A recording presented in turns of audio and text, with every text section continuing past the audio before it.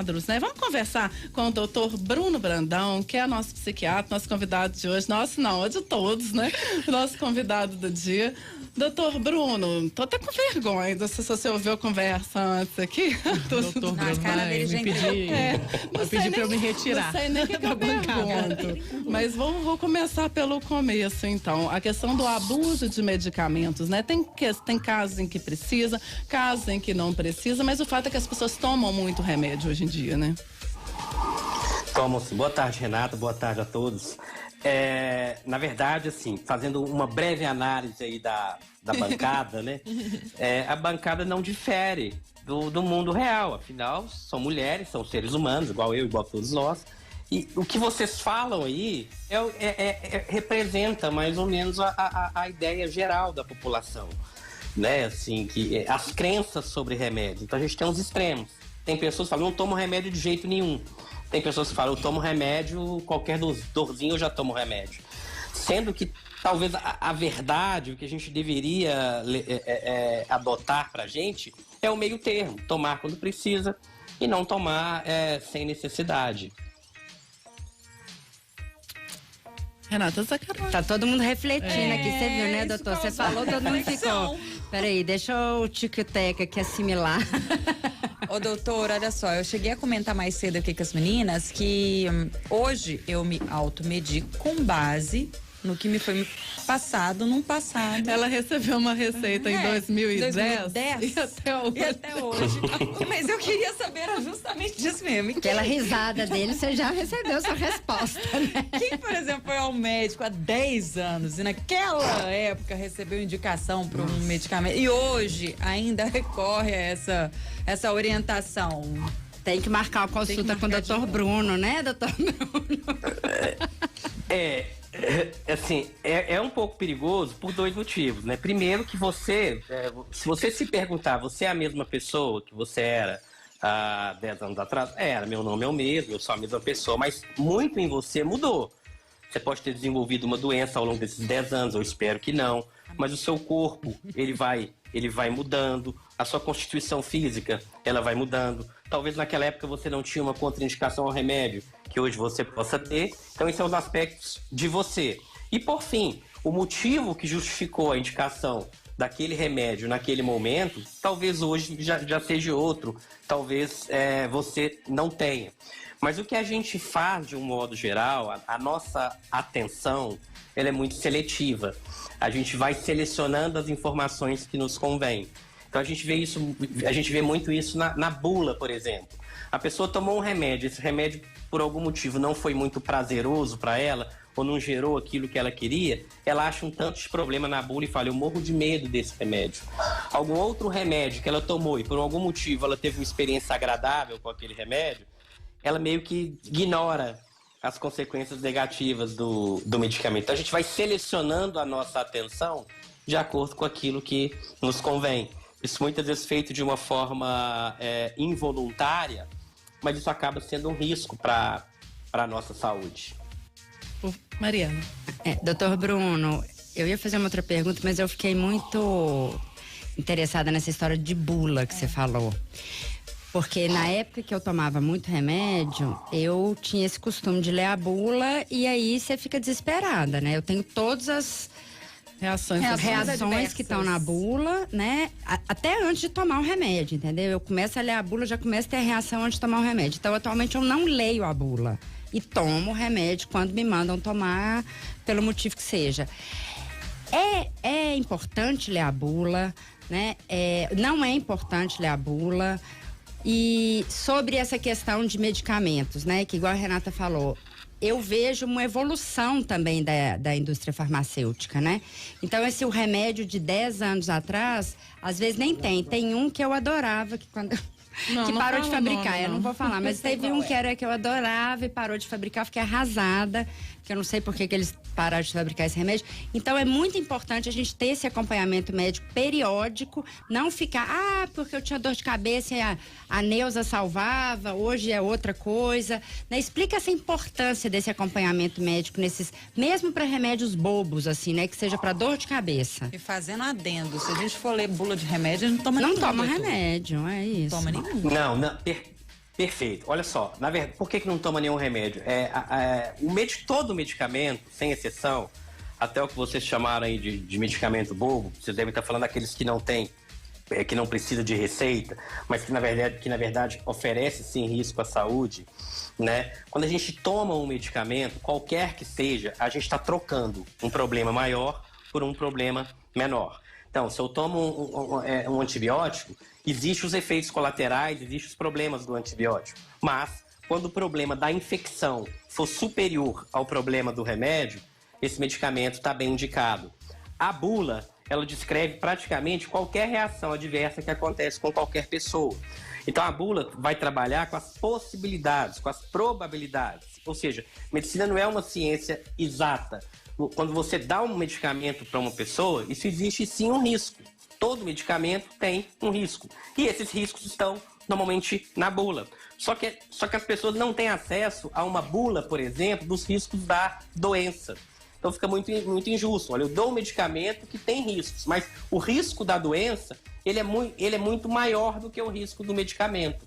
Aí o medicamento está bem indicado. Agora, quando o risco do medicamento for maior do que o risco da doença, esse medicamento ele está mal indicado. Vocês não perguntaram, mas assim, existe uma diferença entre remédio e droga. Remédio é tudo aquilo que eu faço para melhorar a saúde.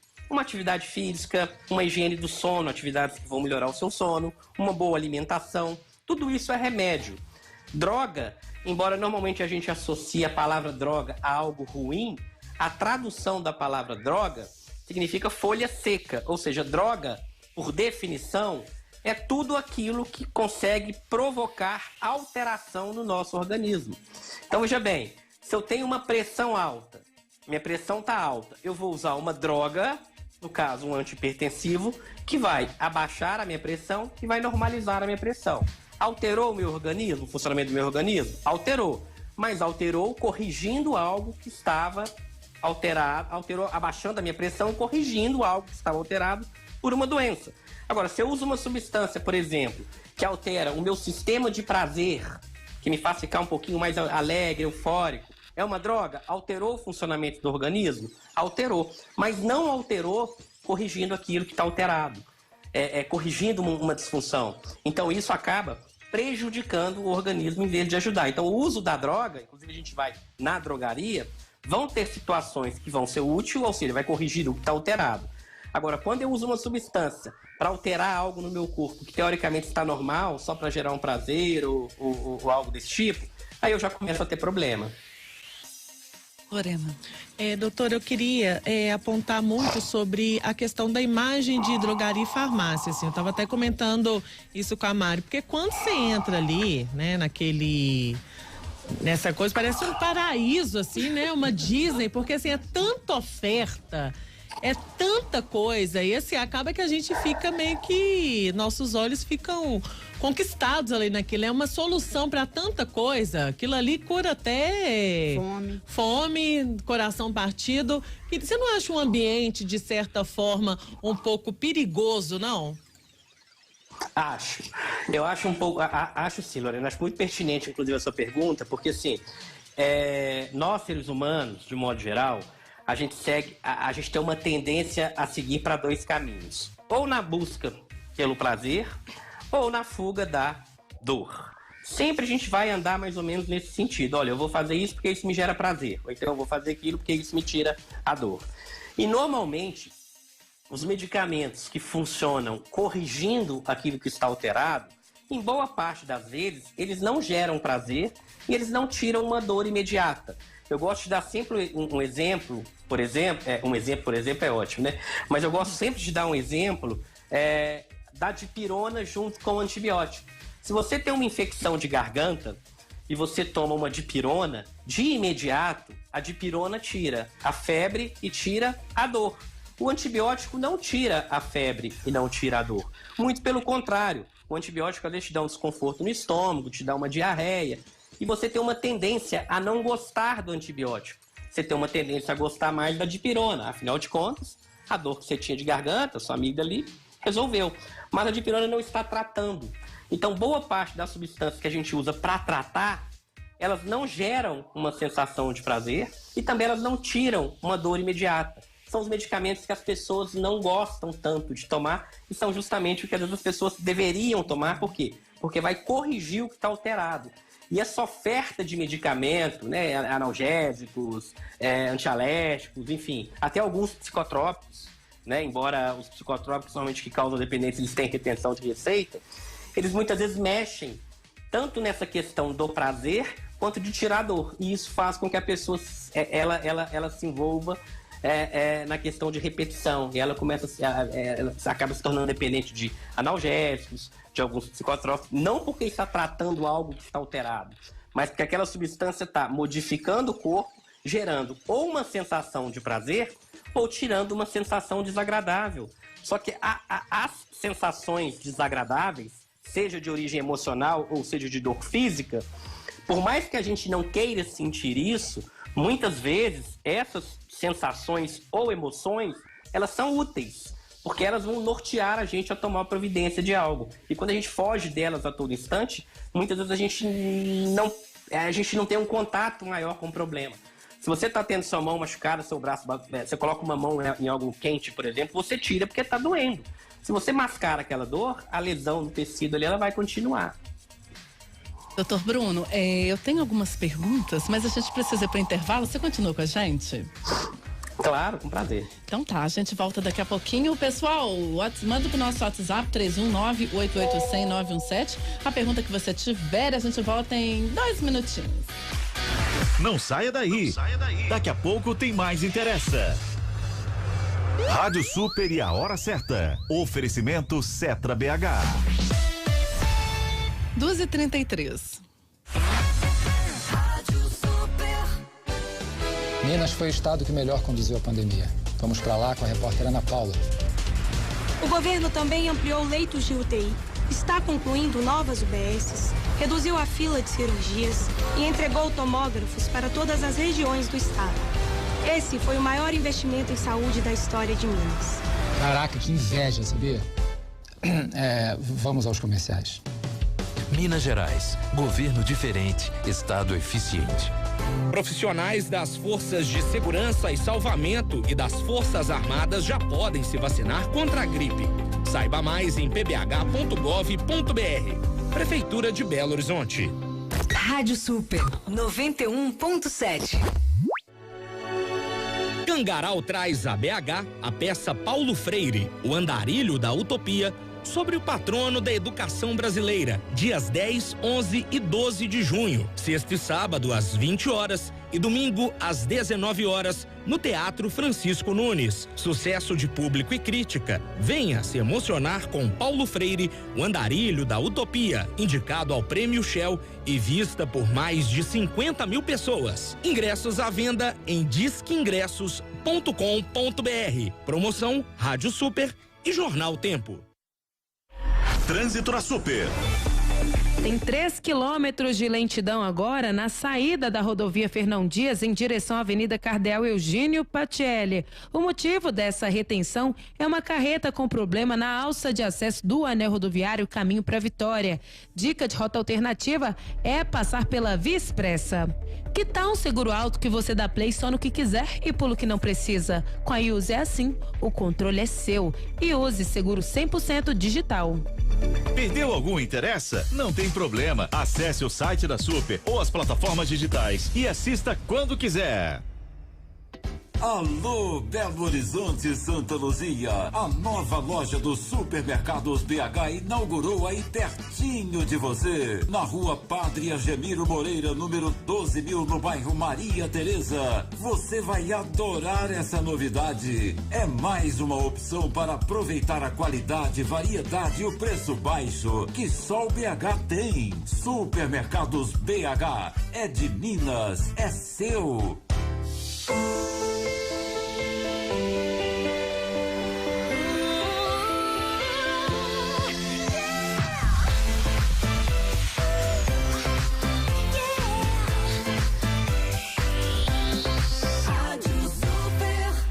Elas estão de volta. Interessa na Rádio Super.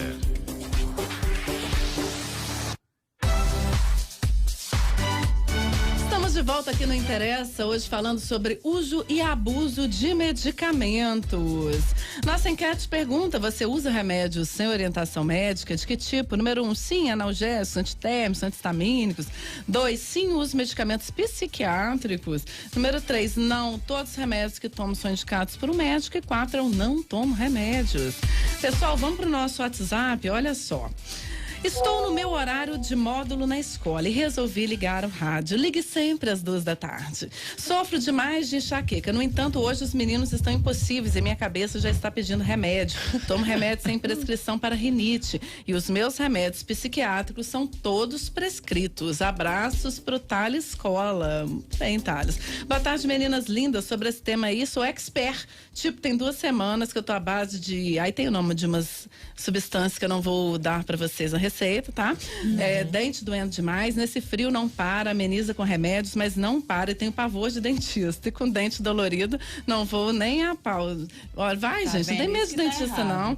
Misericórdia, é o Ender do Planalto. Amo o programa, sexta amo dobro, a gente sabe. Rafael Cunha do Barreiro, mocinhas, não tomo remédio quase nunca, evito de todas as formas a ponto de um remédio leve me derrubar.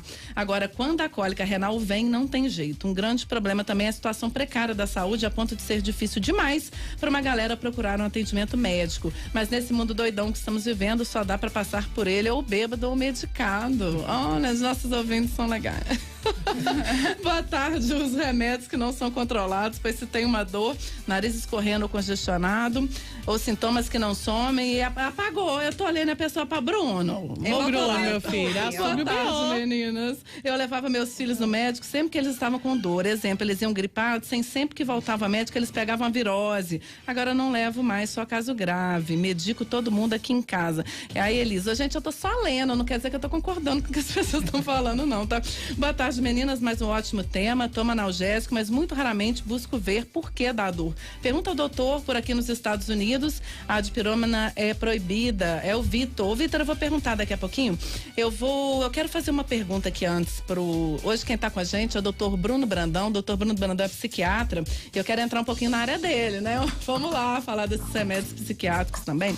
Doutor Bruno, quero te contar uma situação. É o seguinte, uma vez antes de Covid, eu fui ao médico, estava com sintomas gripais, cheguei lá no plantão e o cara me receitou lá analgésico, antibiótico, corticoide, remédio para dor, qualquer coisa que eu tivesse, eu ia sair curada com o tanto de remédio que ele me passou. E quando eu vi, eu falei, não é possível, eu não vou tomar esse monte de remédio. Aí eu tive que ter, assim, claro que ali foi como é que eu posso dizer? Me passou mais do que eu precisava, porque eu fui outro médico e o outro médico falou, não, você não precisa de nada disso mesmo, você pode precisar só desse aqui, no caso.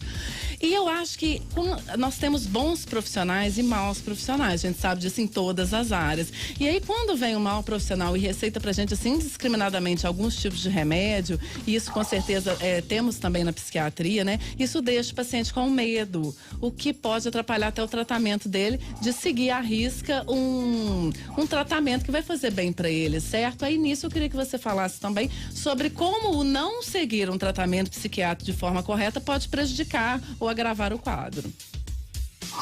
Ótimo.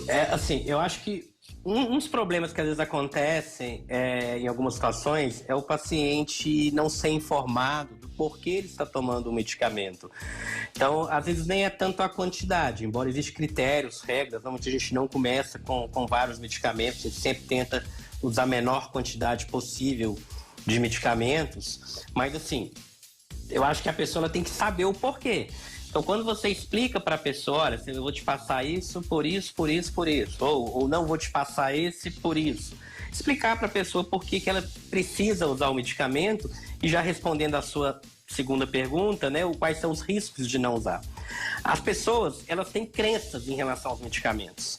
E de um modo geral, em relação aos medicamentos psiquiátricos, uma crença muito comum é que aquele medicamento ele vai produzir algum dano no organismo da pessoa. E, de fato, muitas vezes vai. Não só o medicamento psiquiátrico, mas qualquer medicamento, sem exceção. Sem exceção. Tanto que a gente falava antes aqui da bula. Basta você olhar na bula, você vê alguns riscos do medicamento. Mas o que as pessoas desconsideram é que a própria doença, ela gera problemas também para aquele sujeito. A gente sabe, por exemplo, que depressão e ansiedade não tratada está associado com diversas doenças físicas. Aumenta a chance da pessoa ter, por exemplo, doenças cardíacas, doenças cardiovasculares, AVC, infarto agudo do miocárdio, dificulta o controle glicêmico, dificulta o emagrecimento, aumenta a chance da pessoa ter síndromes metabólicas, como colesterol alto, diabetes. Então, assim, uma doença mental não tratada de forma adequada, além dos prejuízos mentais, sofrimento psíquico, prejuízo social, de relacionamentos, de trabalho, de tudo, você tem também prejuízos físicos. Então a pessoa fala, olha, eu não tomo remédio nenhum, eu prefiro ficar aqui sofrendo, mas eu não vou fazer mal pro meu corpo. Mas essa pessoa a doença mental em si, ela já está agredindo o corpo. Então tratar um transtorno, além de tratar a parte mental, você também está tratando a parte física, desde que seja feito o tratamento de forma correta.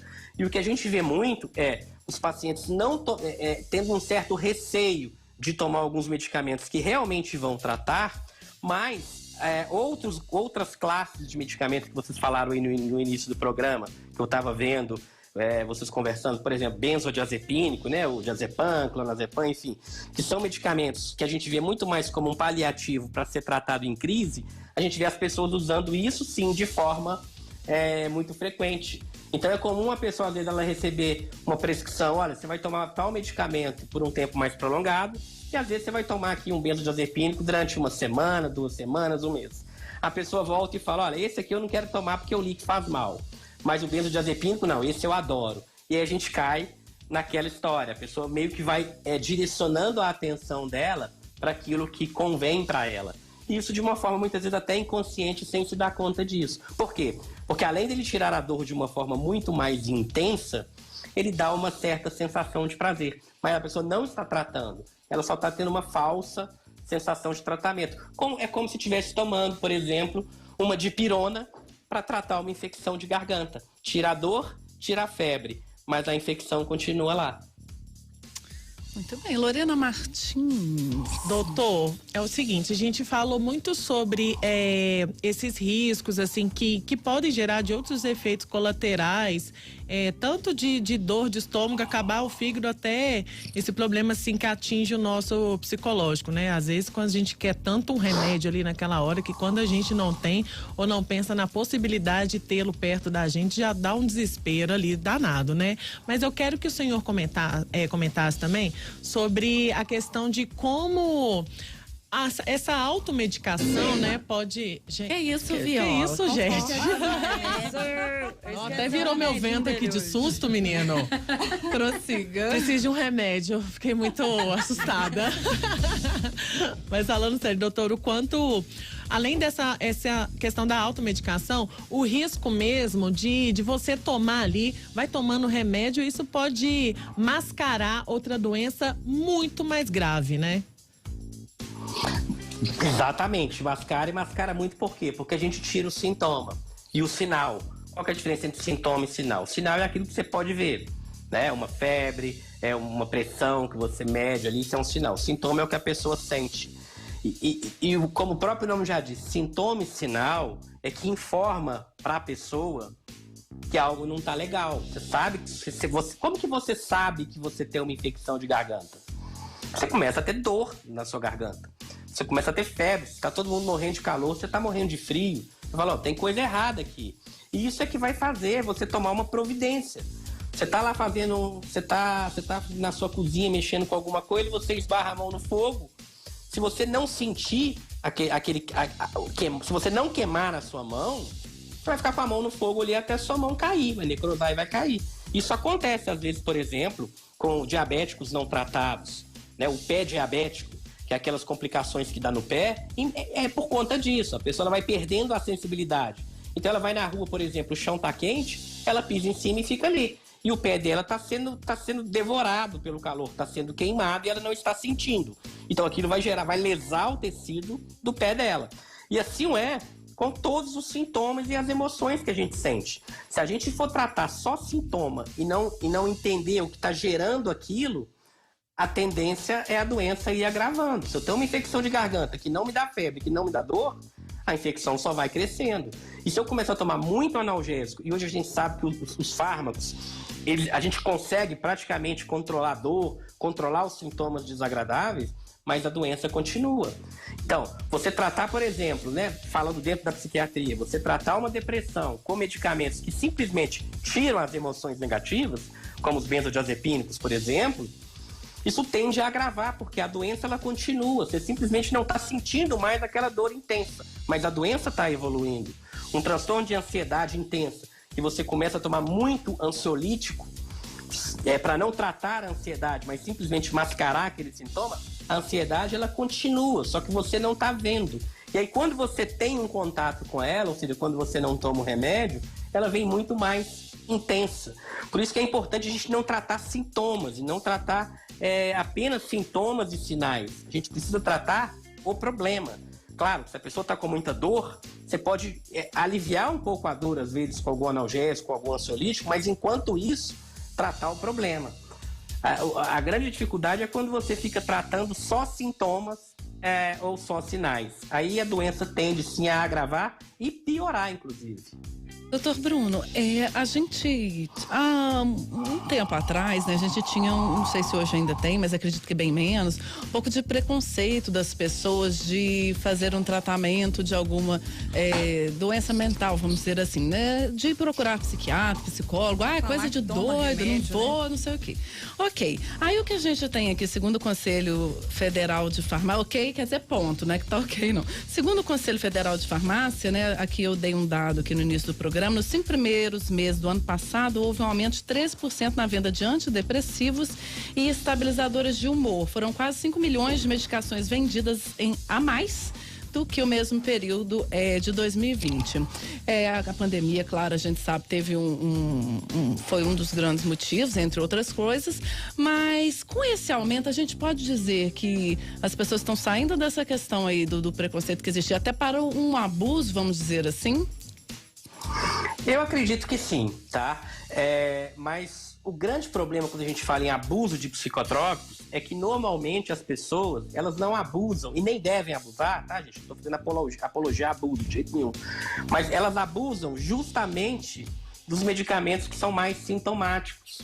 Raramente uma pessoa abusa de antidepressivo ou abusa de estabilizador de humor. Por quê?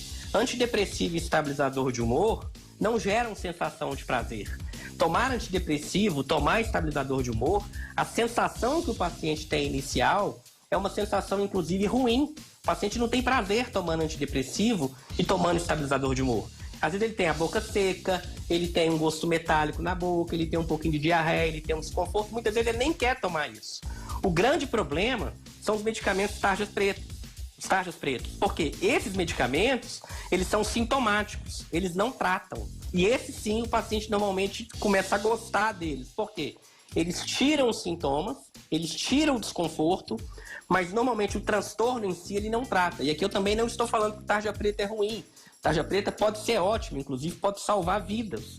A gente sabe, por exemplo, que tem complicações, por exemplo, do alcoolismo, paciente em crises gravíssimas, que a gente vai sim precisar de benzodiazepínico. O problema é quando o paciente sai da crise e ele continua usando esse medicamento, ele continua gostando desse medicamento.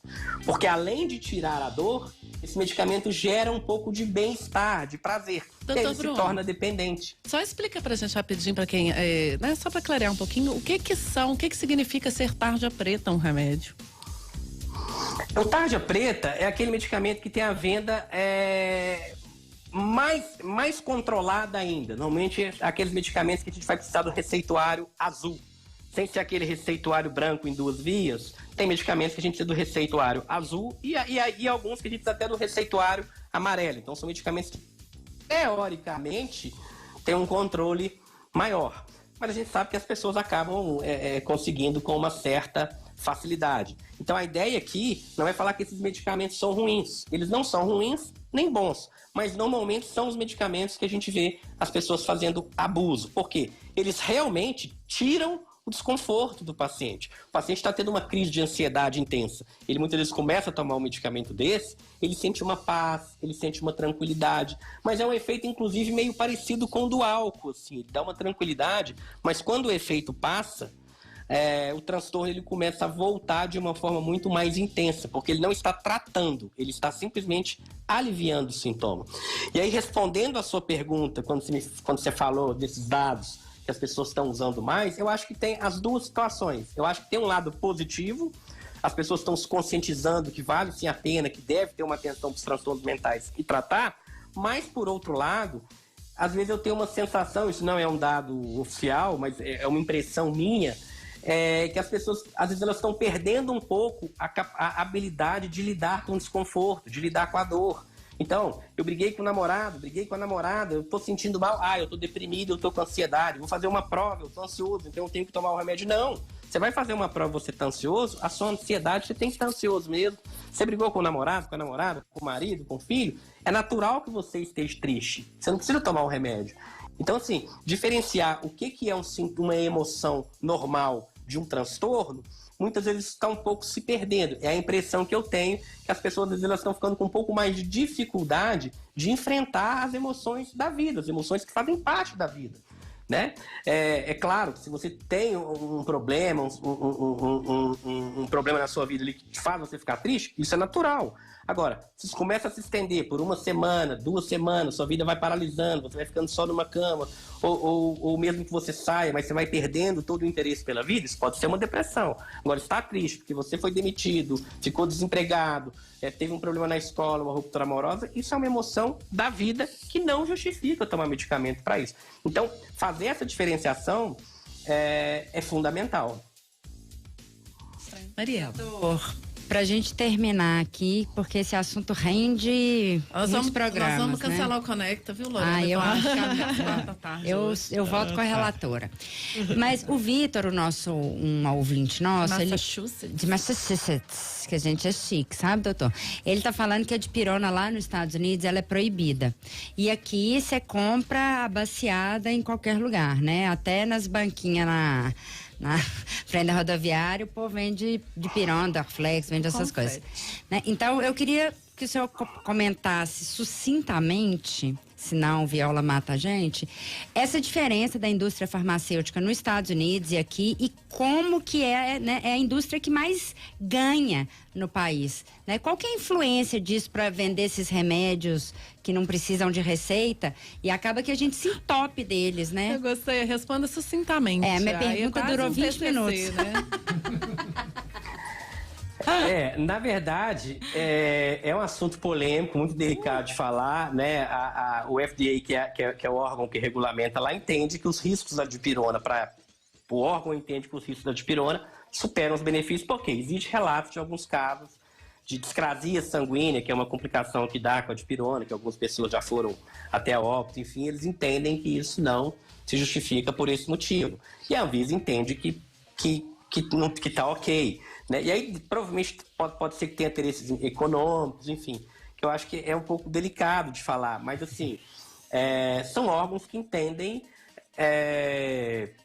como sendo diferentes os riscos, né? Então, assim, eu nem sei te aprofundar muito nesse assunto, mas lá entende que os riscos de usar dipirona superam o benefício. Na minha opinião pessoal, eu acho que deveria sim ser como todos os medicamentos, tá? O próprio paracetamol também.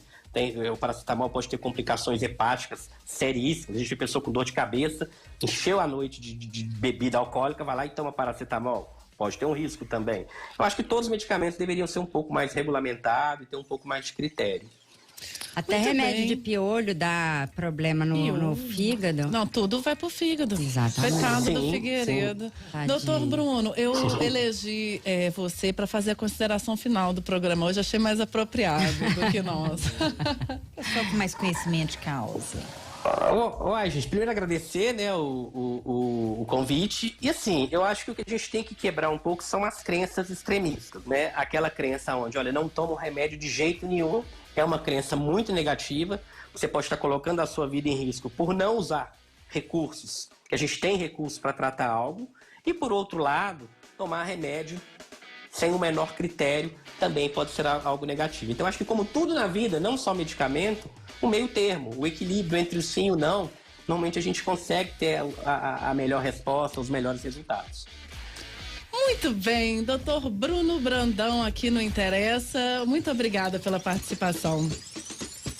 Eu que agradeço o convite. E quem quiser seguir o doutor Bruno lá no Instagram é @BrunoPsiquiatra ou eu tô doida?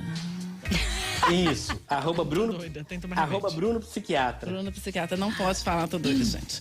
Tá bom, muito obrigada, doutor Bruno. Até a próxima. Volte sempre. Obrigado a vocês, até. Gente, olha só. Vou deixar. Manda um beijo pra nós aí, Lorena. Mariela. Sacarone. Gente, beijo é tudo igual, vocês notaram? Eu vou terminar com uma mensagem, não sigam, por favor, mas uma mensagem de uma ouvinte. Boa tarde, meninos. Eu só queria que alguém falasse de mim como a Lorena fala dos remédios. Sabrina Gurgel, pois é, Sabrina. Ai, Sabrina. Não faça o que Lorena diz. Não faça, gente. Tá bom? Siga o que o doutor Bruno disse, tudo aqui maravilhoso. Que é isso, gente? A Lorena correndo atrás, hein? A Sacarone correndo atrás da ambulância. Gente, beijo pra vocês. @programa Interessa. Amanhã estamos de volta nesta mesma bancada, nesse mesmo horário. Bye, bye. Beijo. Comportem-se. Fim de papo não interessa, que volta